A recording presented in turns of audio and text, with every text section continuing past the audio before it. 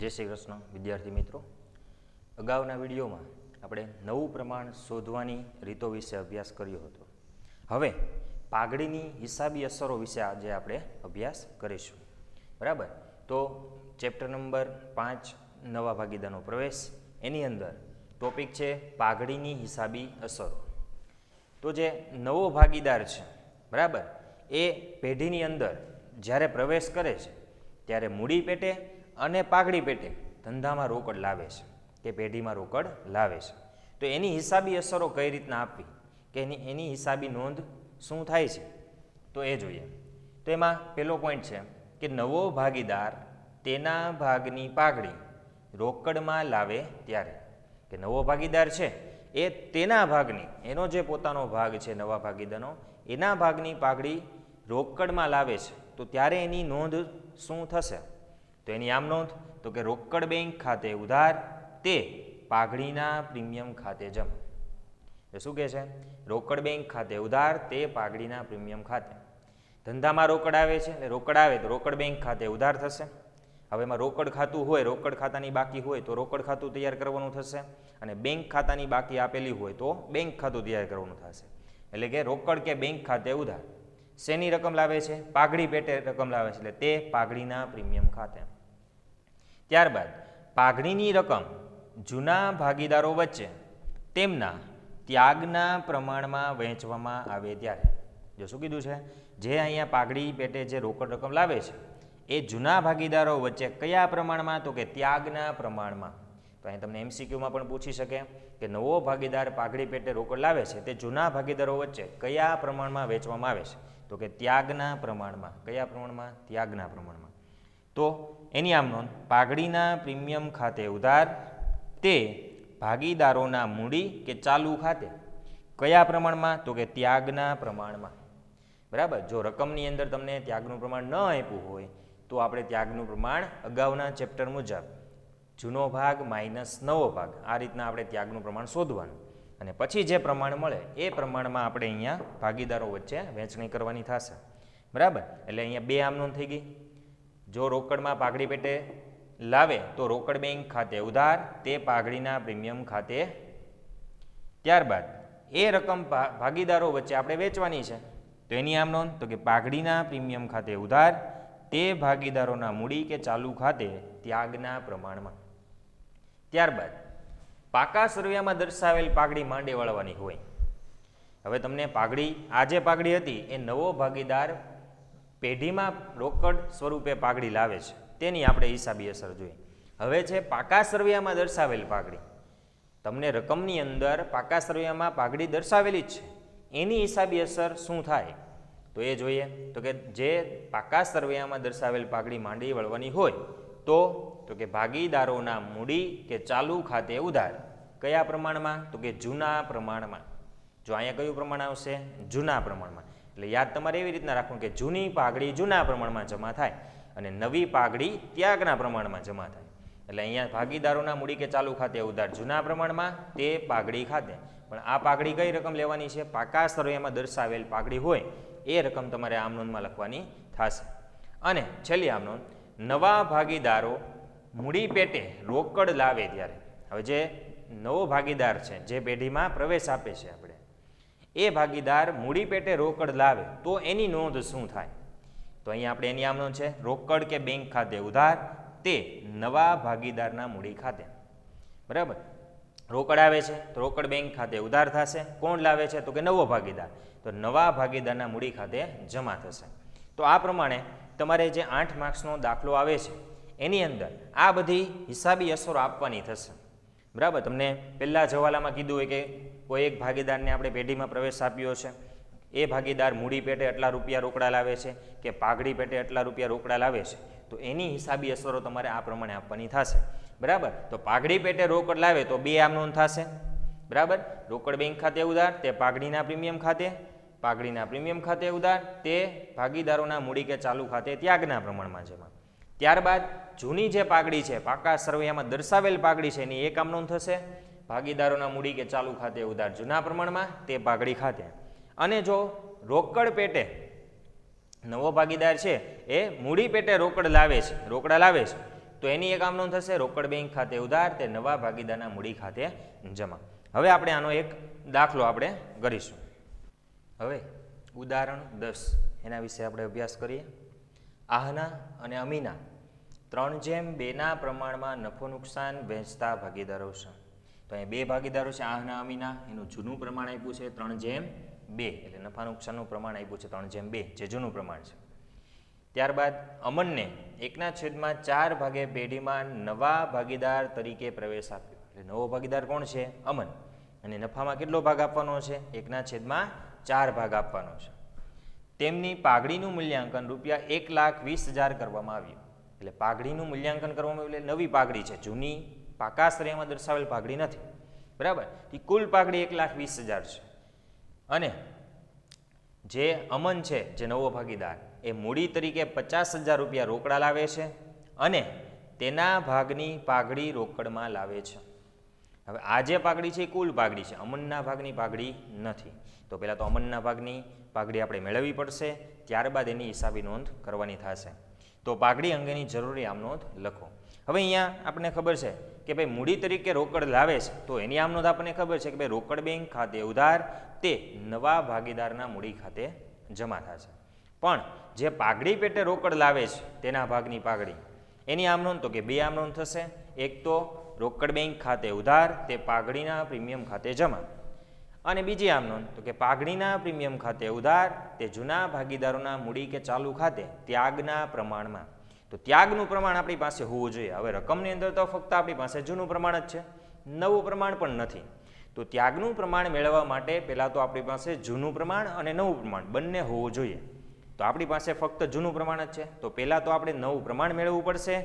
એ નવું પ્રમાણ મળી જાય ત્યારબાદ આપણને ત્યાગનું પ્રમાણ મળશે, અને ત્યાગનું પ્રમાણ મળી જાય ત્યારબાદ આપણે એની હિસાબી અસરો પાઘડીની છે એ આપણે લખી શકીએ. તો પહેલું જ કામ આપણે નવું પ્રમાણ શોધવાનું. તો નવું પ્રમાણ શોધવા માટે અહીંયા તમે જોઈ શકો છો કે અમનને 1/4 ભાગે આપણે પ્રવેશ આપ્યો છે. તો રીત નંબર 1 પ્રમાણે આપણે અહીંયા નવું પ્રમાણ શોધવું પડશે કે નવા ભાગીદારનો ભાગ આપેલ હોય ત્યારે. તો એ પ્રમાણે પહેલાં નવું પ્રમાણ શોધીએ. તો પહેલાં આપણે ધારી લઈએ, ધારો કે કુલ ભાગ 1 છે,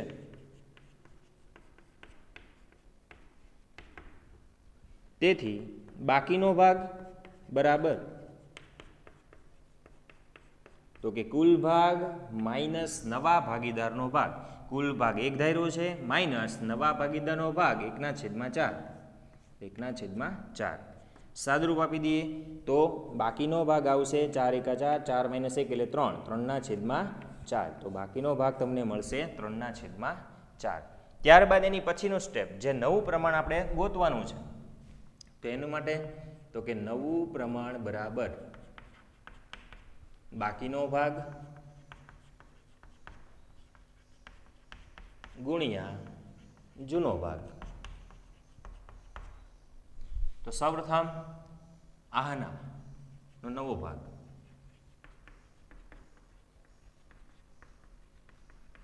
બરાબર બાકીનો ભાગ. તો બાકીનો ભાગ આપણે મેળવ્યો છે 3/4. 3/4 ગુણ્યા જૂનો ભાગ. તો આહનાનો જૂનો ભાગ તો કે જૂનું પ્રમાણ 3/2 છે, એમાં એનો ભાગ કેટલો થશે? 3. અને કુલ ભાગ 3 ને 2 5 એટલે છેદમાં આવશે 5. સાદરૂપ આપીએ 3 તેરી 9, 4 પંચાને 20 એટલે 9/20. કોનો ભાગ મળ્યો? આહનાનો નવો ભાગ. એ જ રીતના બીજો ભાગીદાર છે અમીના. તો અમીનાનો નવો ભાગ બરાબર બાકીનો ભાગ 3/4 ગુણ્યા જૂનો ભાગ. તો એનો જૂનો ભાગ તો કે 2 છે, 2/, કુલ ભાગ 5 એટલે 2/5. 3 દુ 6, 4 પંચાને 20. તો અમીનાનો નવો ભાગ મળશે 6/20. ત્યારબાદ જે નવો ભાગીદાર છે અમન, તો અમનનો નવો ભાગ બરાબર. હવે એનો બાકીનો ભાગ તો છે નહીં કે જૂનો ભાગ પણ નથી, ફક્ત એને કેટલા ભાગે પ્રવેશ આપ્યો છે? 1/4. તો અહીંયા આપણે છેદ સરખા કરવા માટે કેટલા વડે ગુણાકાર કરવો પડશે અંશ અને છેદમાં? તો કે 5 વડે. એટલે 5 × 5 અને 4 પંચાને 20. તો આમ નવું પ્રમાણ તમને કેટલું મળે છે? 9/6/5. આ નવું પ્રમાણ મળ્યું 9/6/5. હવે આપણે ત્યાગ મેળવવો પડશે. તો સૌપ્રથમ પહેલાં ત્યાગ મેળવીએ. તો કે જૂનો ભાગ માઇનસ નવો ભાગ. તો સૌપ્રથમ આહનાનો ત્યાગ બરાબર તો કે આહનાનો જૂનો ભાગ માઇનસ આહનાનો નવો ભાગ. તેનો જૂનો ભાગ તો કે 3/5 માઇનસ એનો નવો ભાગ. તો નવું પ્રમાણ આપણે અહીંયા 9/6/5 છે. તો 9/20 એનું સાદરૂપ આપીએ તો અહીંયા લસા આવશે 20. 5 ને 4 વડે ગુણવા પડશે તો ઉપર પણ 4 એટલે 4 તેરીને 12 માઇનસ 9 તો વધશે 3/20. અને ત્યારબાદ અમીનાનો ત્યાગ મેળવીએ. અમીનાનો ત્યાગ બરાબર હવે એનો જૂનો ભાગ 2/5 માઇનસ એનો નવો ભાગ તો કે 6/20. અહીંયા પણ લસા 20 જ આવશે. 4 વડે ગુણાકાર અંશમાં પણ 4 4 દુ 8 માઇનસ 6 2/20.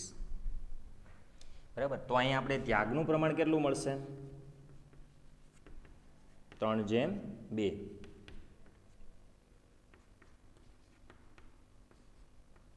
તો ત્યાગનું પ્રમાણ આપણી પાસે આવી ગયું 3/2. તો પાઘડીની આમનો હવે આપણે કરી શકશું. બીજી વસ્તુ, કુલ પાઘડીનું મૂલ્યાંકન 1,20,000 છે. એમાં નવો ભાગીદાર કોણ છે? અમન. તો અમનના ભાગની પાઘડી પણ આપણે મેળવવી પડશે. તો અમનના ભાગની પાઘડી બરાબર કુલ પાઘડી તો કે 1,20,000 ગુણ્યા એનો ભાગ 1/4. બરાબર. તો પાઘડી તમને મળશે અમનની 30,000. બરાબર. કુલ પાઘડી 1,20,000 છે. એમાં એનો અમનનો ભાગ 1/4 છે. તો અમનના ભાગની પાઘડી કેટલી થશે? 30,000. તો 30,000 પાઘડી છે એ રોકડમાં લાવે છે એની આમનોંધ કરવાની થશે. અને જે નવો ભાગીદાર અમન છે એ મૂડી તરીકે 50,000 રોકડા લાવે છે એની આમનોંધ કરવાની થશે. તો સૌપ્રથમ હવે આમનોંધ આપણે લખીએ. તો માનો કે મૂડી પેટે જે રોકડ લાવે છે એની આમનોંધ શું થશે? બરાબર. તો પેલી જે મૂડી પેટે 50,000 રૂપિયા રોકડા લાવે છે એની આમનોંધ લખીએ. રોકડ બેંક ખાતે ઉધાર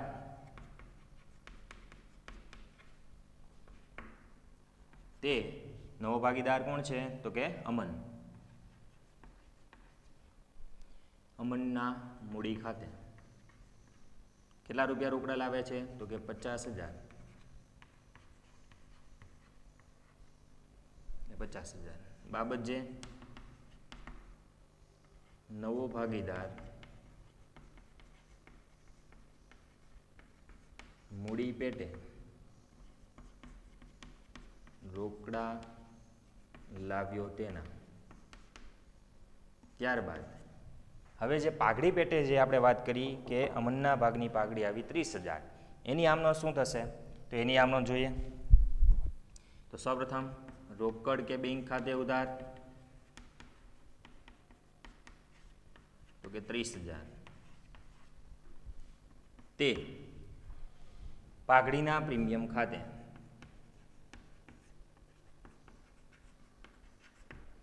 $30,000 બાબત જે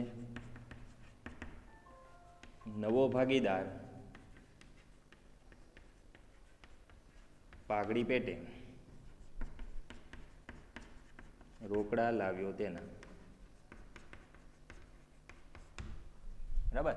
એટલે જે નવો ભાગીદાર પાઘડી પેટે રોકડ લાવે છે 30,000 એની આમનોંધ. તો કે રોકડ બેંક ખાતે ઉધાર 30,000 તે પાઘડીના પ્રીમિયમ ખાતે 30,000.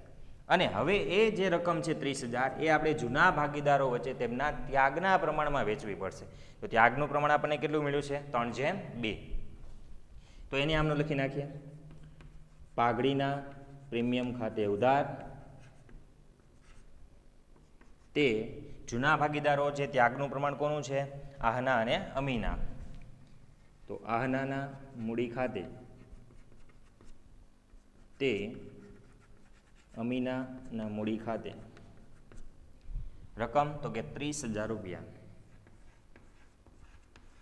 અને આ 30,000ને આપણે 3/2 વેચી દેવાના. તો 3/2 તમે વેચી દેશો એટલે 18,000 કોના આવશે? આહનાના. અને અમીનાના કેટલા આવશે? તો કે 12,000 રૂપિયા. એટલે પાઘડીના પ્રીમિયમ ખાતે ઉધાર 30,000, તે આહનાના મૂડી ખાતે 18,000, તે અમીનાના મૂડી ખાતે 12,000 રૂપિયા. બાબત છે પાઘડીની રકમ ત્યાગના પ્રમાણમાં વહેંચી તેના. બરાબર. ફરીવાર એકવાર જોઈ લઈએ. સૌપ્રથમ રકમની અંદર તમને જૂનું પ્રમાણ આપ્યું છે, નવા ભાગીદારનો ભાગ આપ્યો છે, પાઘડીનું મૂલ્યાંકન 1,20,000 રૂપિયા થયું છે, અમન મૂડી તરીકે 50,000 રૂપિયા રોકડા લાવે છે અને તેના ભાગની પાઘડી રોકડમાં લાવે છે. તો જરૂરી આમ નોંધ લખો. તો પહેલું જ કામ આપણે અહીંયા પાઘડી છે ત્યાગના પ્રમાણમાં વેચવાની હોય, ત્યાગનું પ્રમાણ આપણી પાસે નથી. તો એ ત્યાગનું પ્રમાણ મેળવવા માટે જૂનો ભાગ માઇનસ નવો ભાગ એનું સૂત્ર છે. જૂનો ભાગ આપણી પાસે છે, નવો ભાગ આપણી પાસે નથી. તો પહેલાં તો નવું પ્રમાણ શોધવું પડશે. તો નવું પ્રમાણ કઈ રીતના મળશે? નવા ભાગીદારનો ભાગ આપ્યો છે એટલે રીત નંબર 1 પ્રમાણે આપણે નવું પ્રમાણ મેળવશું. ધારો કે કુલ ભાગ 1 છે, બાકીનો ભાગ કેટલો મળશે? તો કે કુલ ભાગ માઇનસ નવા ભાગીદારનો ભાગ. કુલ ભાગ 1 ધાર્યો છે માઇનસ નવા ભાગીદારનો ભાગ 1/4 છે. તો બાકીનો ભાગ કેટલો મળશે? 3/4.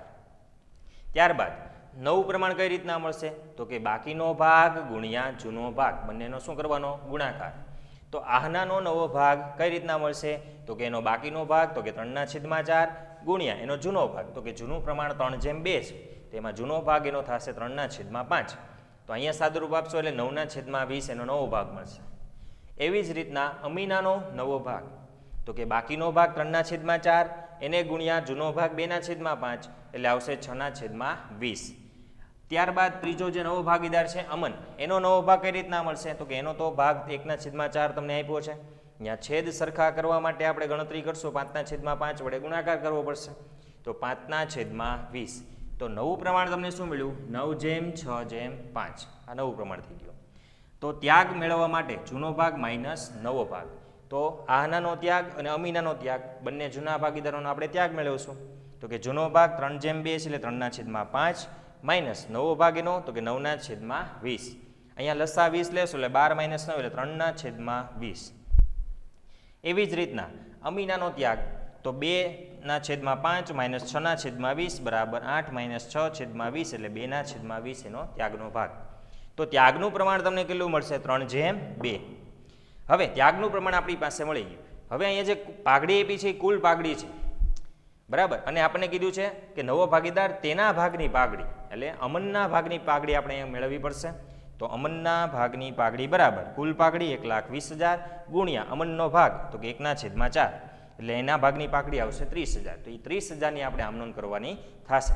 તો પહેલું તો મૂડી પેટે રોકડ લાવે એની આમ નોંધ તો કે રોકડ બેંક ખાતે ઉધાર 50,000, તે અમનના મૂડી ખાતે 50,000. આ નવો ભાગીદાર મૂડી પેટે રોકડા લાવ્યો તેની આમ નોંધ લખી. બીજી રોકડ બેંક ખાતે ઉધાર 30,000, તે પાઘડીના પ્રીમિયમ ખાતે 30,000.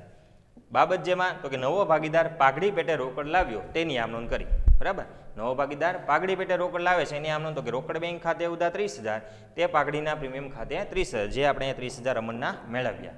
હવે આ 30,000 રૂપિયા છે આપણે જૂના ભાગીદારોને એના ત્યાગના પ્રમાણમાં વેચી દેવાના. તો પાઘડીના પ્રીમિયમ ખાતે ઉધાર 30,000, તે આના ખાતે 18,000, તે અમીના ખાતે 12,000, બરાબર. એ આપણે 3/2 વેચી દીધા. 30,000 ને 3/2 આપણે ત્યાગના પ્રમાણમાં વેચી દીધા. તો 18,000 અને 12,000 આવશે. તો પાઘડીની રકમ આપણે ત્યાગના પ્રમાણમાં વેચી તેના. બીજી વસ્તુ આપણે અહીં એક જોવાની છે કે અહીંયા જૂનું પ્રમાણ 3/2 છે અને ત્યાગનું પ્રમાણ પણ કેટલું મળે છે? 3/2. તો એક આપણે એની ટૂંકી રીત આપણે મેળવી શકીએ કે જ્યારે રકમની અંદર જૂનું પ્રમાણ અને નવા ભાગીદારનો ભાગ આ બે જ વસ્તુ આપેલી હોય ત્યારે જૂનું પ્રમાણ જે હશે એ જ આપણું ત્યાગનું પ્રમાણ થશે. જોઈ લો અહીંયા જૂનું પ્રમાણ 3/2 અને ત્યાગનું પ્રમાણ પણ 3/2. તો કદાચ તમે આ ગણતરી ન કરો અને ડાયરેક્ટ 3/2 મોટા દાખલાની અંદર તમે સાદુરૂપ આપી દેશો અને ત્યાગનું પ્રમાણ 3/2 લઈ લેશો તો એ જવાબ તમારો સાચો પડશે. ચાલો હવે એની પછીનો એક દાખલો આપણે જોઈએ. તો એની રકમ પહેલાં સમજી લઈએ. એ અને બી એક પેઢીના ભાગીદારો છે. બે ભાગીદાર છે એ અને બી, આ જૂના ભાગીદારો છે. નવો ભાગીદાર સી છે, સીને 1/4 ભાગે પેઢીમાં દાખલ કર્યો છે. એટલે નવો ભાગીદાર સી છે એને નફામાં કેટલો ભાગ આપવાનો છે? 1/4. ત્યારબાદ સી મૂડી પેટે ₹80,000 અને તેના ભાગની પ્રમાણસર પાઘડી રોકડમાં લાવે છે. હવે નવો ભાગીદાર છે મૂડી પેટે ₹80,000 રોકડા લાવે છે અને તેના ભાગની પાઘડી છે એ રોકડમાં લાવે છે. પાઘડીનું મૂલ્યાંકન ₹1,00,000 કરવામાં, એટલે કુલ પાઘડી કેટલી છે? 1,00,000. આ કઈ પાઘડી છે? નવી, પાકા સરવૈયાની નથી. તો જરૂરી આમ નોંધ લખો. તો આપણે હમણાં જ આપણે વાત કરી કે જ્યારે જૂનું પ્રમાણ, તો અહીંયા જૂનું પ્રમાણ પણ તમને આપેલું નથી, ન આપ્યું હોય તો આપણે કયું પ્રમાણ લેવું પડે? તો કે સરખે છે. તો કે એ અને બી એટલે 1:1નું પ્રમાણ આપણે અહીંયા જૂનું પ્રમાણ લેવું પડશે. અને નવા ભાગીદારનો ભાગ તમને આપ્યો છે 1/4. તો જ્યારે જૂનું પ્રમાણ અને નવા ભાગીદારનો ભાગ તમને આપ્યું હોય ત્યારે જે જૂનું પ્રમાણ હશે એ જ આપણું ત્યાગનું પ્રમાણ થશે. છતાં પણ આપણે એકવાર ગણતરી કરી લઈએ. તો નવું પ્રમાણ મેળવવા માટે સૌપ્રથમ આપણે ધારી લઈએ, ધારો કે કુલ ભાગ 1 છે, તેથી બાકીનો ભાગ બરાબર કુલ ભાગ 1 માઇનસ નવા ભાગીદારનો ભાગ, તો કે 1/4. તો બાકીનો ભાગ તમને મળશે 3/4. અને 4 લસા લઈને તમે ગણતરી કરશો, 4 - 1 એટલે 3, 3/4. હવે નવું પ્રમાણ મેળવવા માટે તો કે નવો ભાગ બરાબર બાકીનો ભાગ ગુણ્યા જૂનો ભાગ. તો સૌપ્રથમ એનો નવો ભાગ બરાબર બાકીનો ભાગ આપણે મેળવ્યો છે 3/4 ગુણ્યા જૂનો ભાગ. તો જૂનો ભાગ આપણે કીધું હતું પ્રમાણ આપ્યું નથી એટલે આપણે સરખે હિસ્સે લેશું, એટલે 1:1 એટલે 1/2 એટલે 3/8 આવશે. ત્યારબાદ બીનો નવો ભાગ બરાબર બાકીનો ભાગ 3/4 ગુણ્યા જૂનો ભાગ 1/2 એટલે 3/8. ત્યારબાદ સીનો નવો ભાગ બરાબર તો કે એ નવો ભાગીદાર છે એનો ભાગ 1/4 આપ્યો છે એટલે પેલો જ છે. અહીંયા છેદ સરખા કરવા માટે આપણે 2/2 વડે ગુણાકાર કરશું તો 2/8 આવશે. તો અહીંયા નવું પ્રમાણ તમને કેટલું મળશે? નવું પ્રમાણ બરાબર 3/3/2. ત્યારબાદ હવે ત્યાગ. તો ત્યાગનું સૂત્ર તો કે જૂનો ભાગ માઇનસ નવો ભાગ. તો એનો ત્યાગ મેળવીએ પહેલા. એનો ત્યાગ બરાબર એનો જૂનો ભાગ તો કે જૂનું પ્રમાણ આપણી પાસે નથી એટલે આપણે 1:1 લીધું છે એટલે 1/2 માઇનસ નવો ભાગ તો કે 3/3/2 એટલે 3/8. સાદુરૂપ આપીએ 8 લસા આવશે. અહીંયા 4 વડે ગુણાકાર તો 4 × 4 -3 એટલે 1/8. એવી જ રીતના બીનો ત્યાગ. તો બીનો ત્યાગ બરાબર જૂનો ભાગ 1/2 નવો ભાગ 3/8 એટલે એનો એ જ આવશે 4 - 3/8 એટલે 1/8. તો અહીંયા તમે જોઈ શકો છો કે ત્યાગનું પ્રમાણ આપણે કેટલું મળ્યું? ત્યાગનું પ્રમાણ 1:1. તો આપણે કીધું હતું કે જૂનું પ્રમાણ હશે એ જ આપણું ત્યાગનું પ્રમાણ આવશે. તો જૂનું પ્રમાણ આપણે 1:1 લીધું હતું તો ત્યાગનું પ્રમાણ પણ 1:1 જ આવશે. હવે નવો ભાગીદાર જે સી છે તો સીના ભાગની પાઘડી મેળવી લઈએ. સીના ભાગની પાઘડી બરાબર કુલ પાઘડી 1,00,000 ગુણ્યા સીનો ભાગ 1/4. તો સીના ભાગની પાઘડીની રકમ મળશે 25,000. તો નવો ભાગીદાર સી છે એ પાઘડી પેટે કેટલા રોકડા લાવશે? તો કે 25,000 રૂપિયા રોકડા લાવશે. હવે આપણે એની આમ નોંધ લખીએ. તો સૌપ્રથમ નવો ભાગીદાર મૂડી પેટે જે રોકડ લાવે છે એની આમ નોંધ. કેટલી મૂડી પેટે રોકડ લાવે છે? 80,000. તો એની આમ નોંધ લખીએ. રોકડ બેંક ખાતે ઉધાર 80,000. તે સીના મૂડી ખાતે, મૂડી કે ચાલુ ખાતે 80,000. બાબત જે મૂડી પેટે રોકડા લાવ્યા. બરાબર, એટલે નવો ભાગીદાર છે મૂડી પેટે 80,000 રોકડા લાવે છે, એની આમ નોંધ રોકડ બેંક ખાતે ઉધાર 80,000. તે નવો ભાગીદાર તો કે સી, તો સીના મૂડી કે ચાલુ ખાતે 80,000 રૂપિયા. હવે જે પાઘડીની રકમ આપણને 25,000 મળી છે એ 25,000ની આમ નોંધ કરીએ તો સૌપ્રથમ રોકડ કે બેંક ખાતે ઉધાર 25,000 તે પાઘડીના પ્રીમિયમ ખાતે 25,000. બાબત જે પાઘડી પેટે રોકડા લાવ્યા. બરાબર, તો નવો ભાગીદાર જે છે એ પાઘડી પેટે એના ભાગની પાઘડી રોકડમાં લાવે છે, તો 25,000 મળી હતી. એ 25,000ની પહેલી આમનો રોકડ બેંક ખાતે ઉધાર 25,000 તે પાઘડીના પ્રીમિયમ ખાતે 25,000.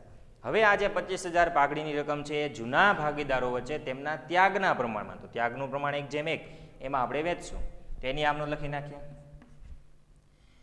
પાઘડીના પ્રીમિયમ ખાતે ઉધાર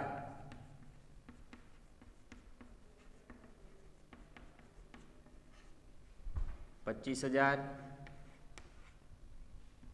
તે એના મૂડી કે ચાલુ ખાતે તે બીના મૂડી કે ચાલુ ખાતે.